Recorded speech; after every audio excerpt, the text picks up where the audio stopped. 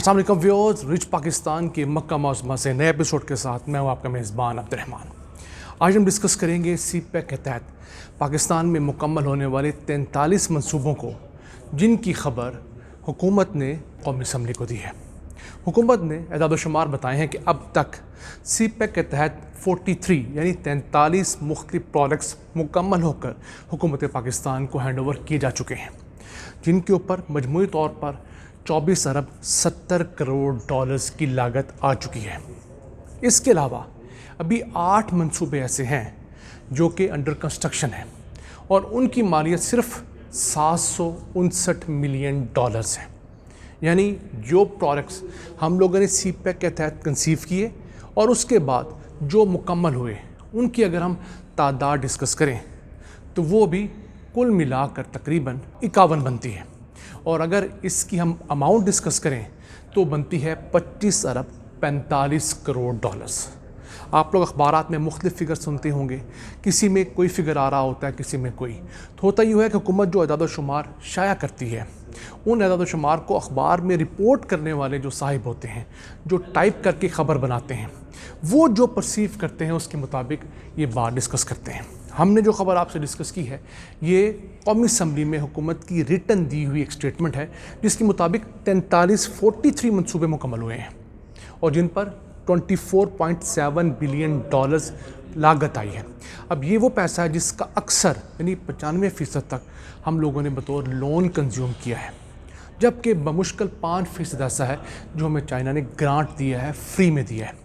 अब जो 95% हम लोगों ने लोन दिया है, वो जिस दिन से प्रोजेक्ट शुरू हुआ है उस दिन से उस लोन की प्रिंसिपल अमाउंट और उसके सूद की रकम हमारे ऊपर ड्यू होना शुरू हो जाती है। अब यहाँ पर एक बहुत बड़ा एलिगेशन लगता है इमरान खान पे कि उस दौर में सीपैक स्लो हुआ।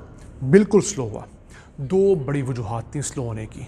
पहली बड़ी वजह ये थी कि हम लोगों ने ज़रूरत से ज़्यादा प्रोजेक्ट शुरू कर लिए थे और उन शुरू हुए प्रोजेक्ट्स की पेमेंट्स देने का वक्त आ चुका था। तो जितने ज़्यादा आप प्रोजेक्ट शुरू करवाएंगे उनसे, चाइनीज़ फौरी तौर पे आपको सूद पे रकम देगा और आपसे वापस भी लेगा।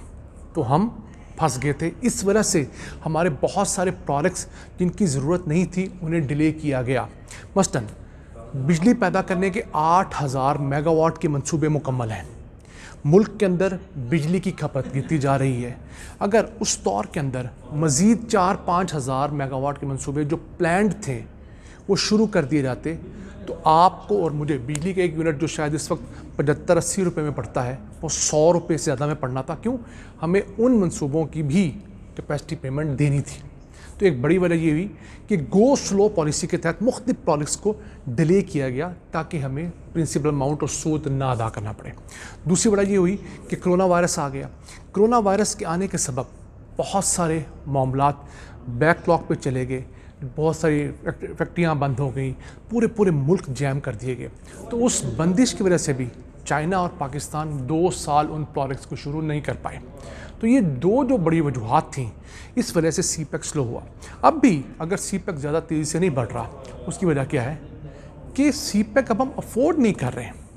हम लोगों ने कर्ज़ों पे ये तमाम प्रोजेक्ट शुरू किए हैं। मसलन अब तक जो मंसूबे मुकम्मल हुए हैं उसमें 8000 मेगावाट के पावर प्लांट्स मुकम्मल हैं, फिर 516 किलोमीटर की हाईवेज़ मुकम्मल हैं, इसके अलावा 886 किलोमीटर की ट्रांसमिशन लाइंस मुकम्मल हैं। तो ये तमाम प्रोजेक्ट्स जो मुकम्मल हैं, इनकी पेमेंट्स हमारी तरफ ड्यू हैं, तो हम लोगों ने ये पेमेंट्स देनी ही देनी है।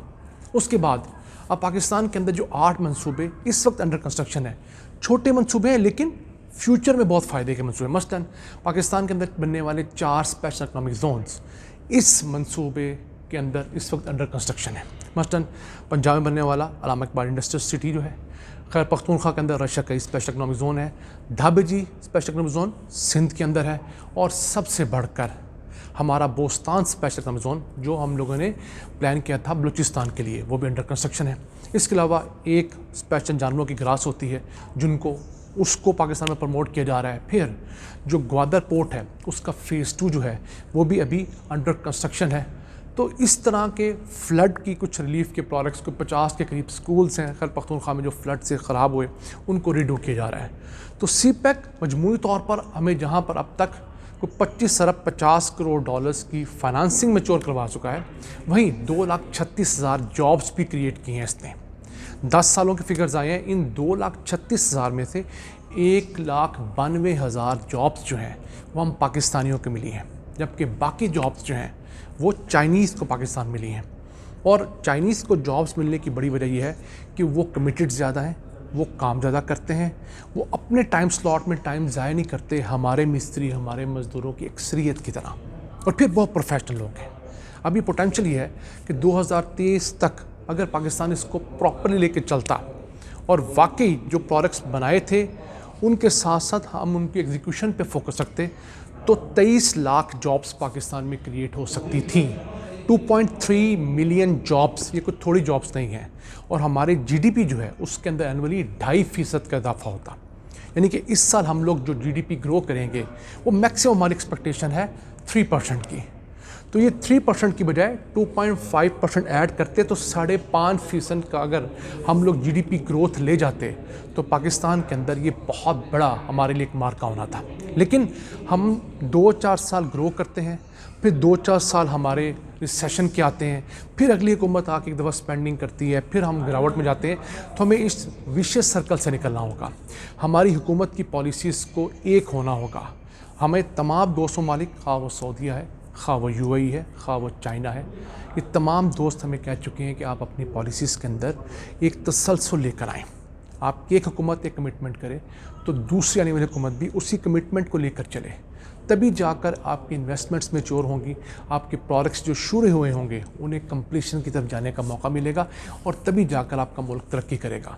अगर हर 2.5-3 साल बाद एक हुकूमत बदलेगी, एक प्राइम मिनिस्टर बदलेगा, नया प्राइम मिनिस्टर आएगा, वो अपनी पॉलिसीज़ लेकर आएगा, अपनी टीम के ज़रिए चीज़ें एग्जीक्यूट करेगा, तो दुनिया का कोई मुल्क भी 2-2.5-3 साल की पॉलिसी प्लानिंग के ऊपर नहीं चल सकता। हम तो 25 करोड़ का मुल्क हैं। देखना ये है कि हमारे हुक्मरानों की अकल कब आती है, वो कब सोच पाते हैं कि हमने इस बहुत बड़े एक टाइटैनिक शिप को, जिसके ऊपर 25 करोड़ लोग सवार हैं, आगे लेकर कैसे बढ़ना है, इसको तरक्की के रास्ते पे कैसे डालना है, इसके अंदर बेहतरी कैसे लेके आनी है, और इसकी जो कमियां कोताहियाँ हैं उन्हें ख़त्म कैसे करना है, ताकि इस मुल्क में गुरबत ख़त्म हो सके, बेरोज़गारी ख़त्म हो सके, तालीम आ सके, टेक्नोलॉजी के मैदान में हम आगे जा सकें, और हम पूरी दुनिया के अंदर सीना फुलाकर फ़ख्र के साथ एक अच्छी कौम के तौर पर, एक फ़ख्रिया कौम के तौर पर जाने माने जा सकें। ये था आज का एपिसोड। हम आजकल लाइट एपिसोड कर रहे हैं, बहुत डाटा आपके साथ शेयर नहीं करें, लेकिन चंद मोटी मोटी ख़बरें आप तक पहुँचाना ज़रूरी समझते हैं। इन अल्फाज़ के साथ अपने मेज़बान अब्दुल रहमान को इजाज़त दीजिए। अल्लाह ने के पान।